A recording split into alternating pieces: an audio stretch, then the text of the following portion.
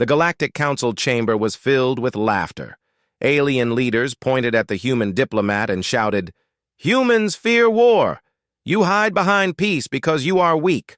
The council cheered. But the human, Ambassador Kale, said nothing. He slowly stood up, his face calm, his eyes cold. The room grew quiet.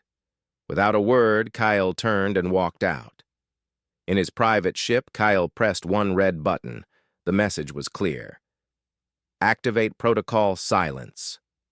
Across the stars, human colonies went dark. Satellites vanished. Earth's warships disappeared from all scanners. The Council thought this meant surrender, but deep in space, secret human fleets began to move. Hidden bases powered up. Old codes were used again, codes not spoken since Earth's last great war. Kale looked out the window and whispered, "Let them think we're afraid. It makes what comes next even better." The real war hadn't started, but Earth was already winning. The Council met again, this time more serious. "Why are humans silent?" one alien asked. "Maybe they really are scared," another replied. But Ambassador Kale wasn't there to answer. Far from the Council's eyes, a small black ship left Earth's orbit.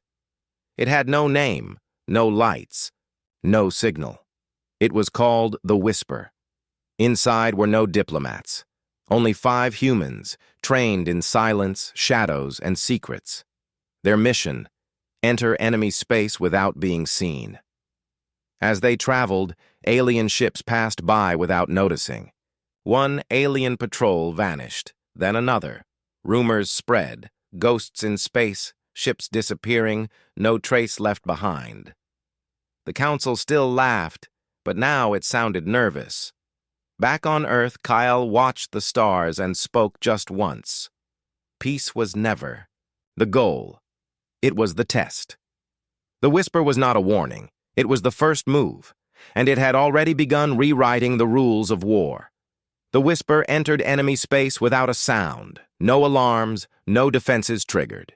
It moved like a shadow across the stars. Inside, the team wore black suits and silent boots. No names, only call signs. Their target: a hidden relay station used by the Council to spy on Earth. At 0200 hours, the lights at the station flickered, then died. Minutes later, every signal from that sector vanished. The Council blamed it on solar flares, but a young officer whispered, "What if it's the humans?" His words were ignored. Elsewhere, the Whisper drifted past a military outpost. Then the outpost stopped sending reports. No smoke, no explosions, just silence. Alien generals started to worry. "No enemy leaves no trace," one said. But Kale knew better. He read the reports and gave a single order: "Keep going." The Whisper wasn't there to fight. It was there to make the galaxy feel fear without ever being seen. A moon-sized station in Sector 9 stopped responding. No distress call, no escape pods, just silence. The Council blamed equipment failure, but then rescue teams arrived and found nothing. No bodies, no signs of battle, every system wiped clean. It was as if the moon had never held life. One survivor was found. He sat alone in a dark chamber, eyes wide, hands shaking. When they asked what happened, he whispered, "They were already inside." The humans. The Council demanded answers. From Earth. Kale only replied, "We warned you to leave us alone." Panic spread. Council fleets doubled their patrols. Emergency meetings were held, but it was already too late. In secret, Earth's forces had moved across 3 more sectors. Silent, precise, unseen, and every time the galaxy reached out for control, something disappeared. Kale stood in his ship, watching stars fade from the maps. "No war," he said softly. "Just reminders." Rince Yarrow of the Zorath Empire landed on an old human mining planet.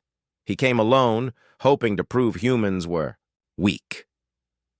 The place looked abandoned, rusted machines, silent towers, broken roads, but then he heard footsteps. From the shadows, human children appeared. Not playing, not laughing, training. One lifted a heavy beam twice his size.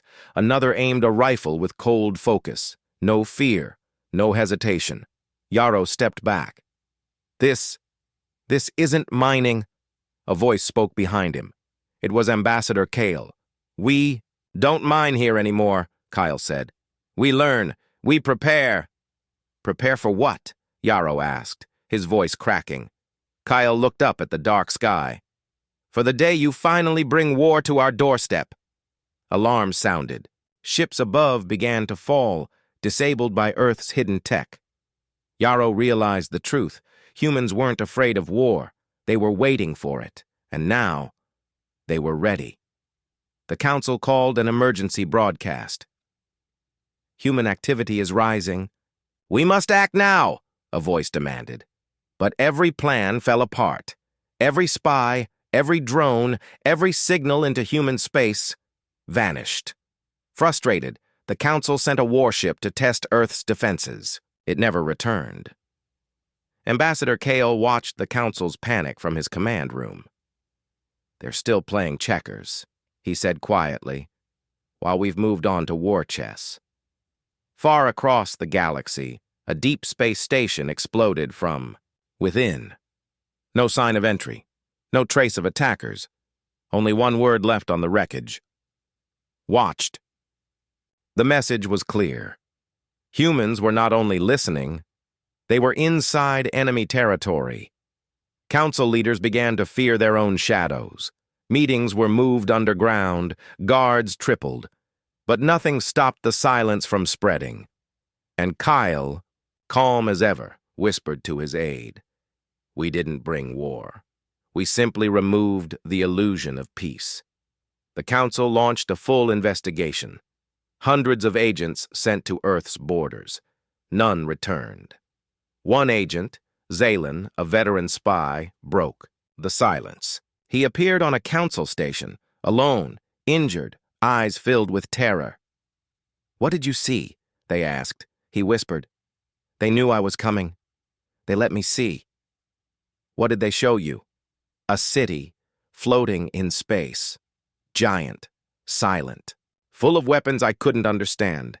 And children, training in zero gravity like soldiers. They didn't hide it.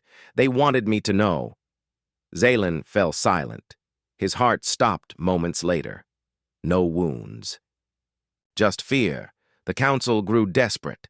They sent fleets to search the stars, but every fleet returned with the same report. Nothing. Empty space. Kyle watched from a hidden command deck, hands behind his back. "Let them search," he said. "We've already prepared the battlefield, and they're walking right into it." A strange signal echoed through Council space. Just 3 words. "Do you see?" No source, no coordinates, just silence after. Within hours, key Council systems crashed. Power grids flickered. Defense satellites turned away from their targets and stared at their own planets. Panic spread.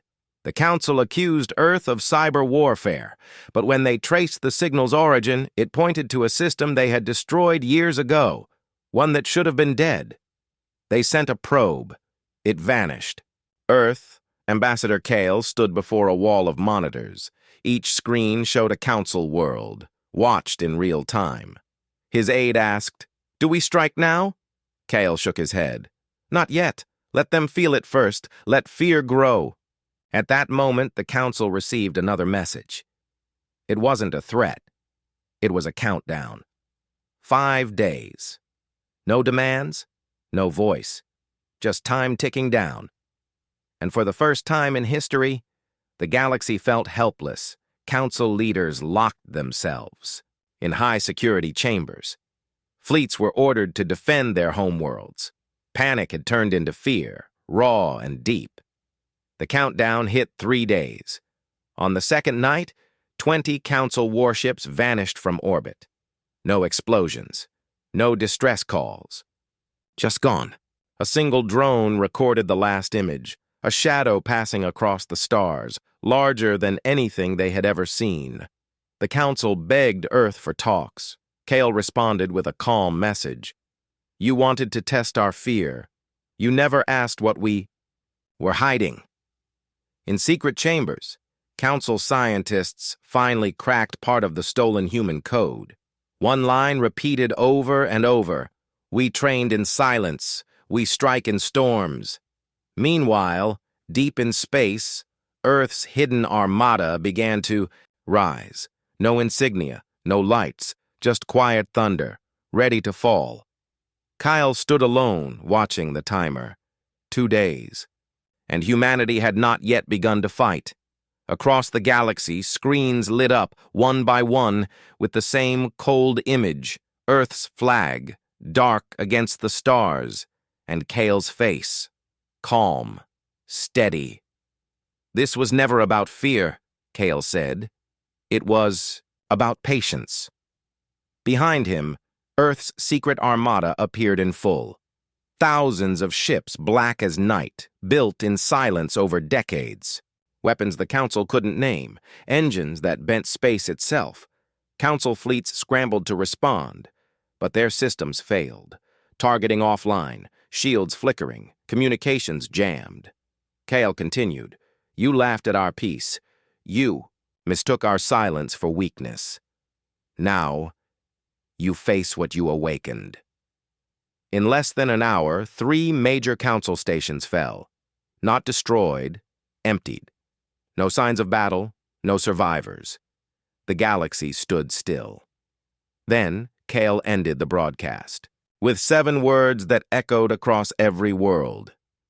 This is not war. This is correction. And the stars burned with the fury of Earth.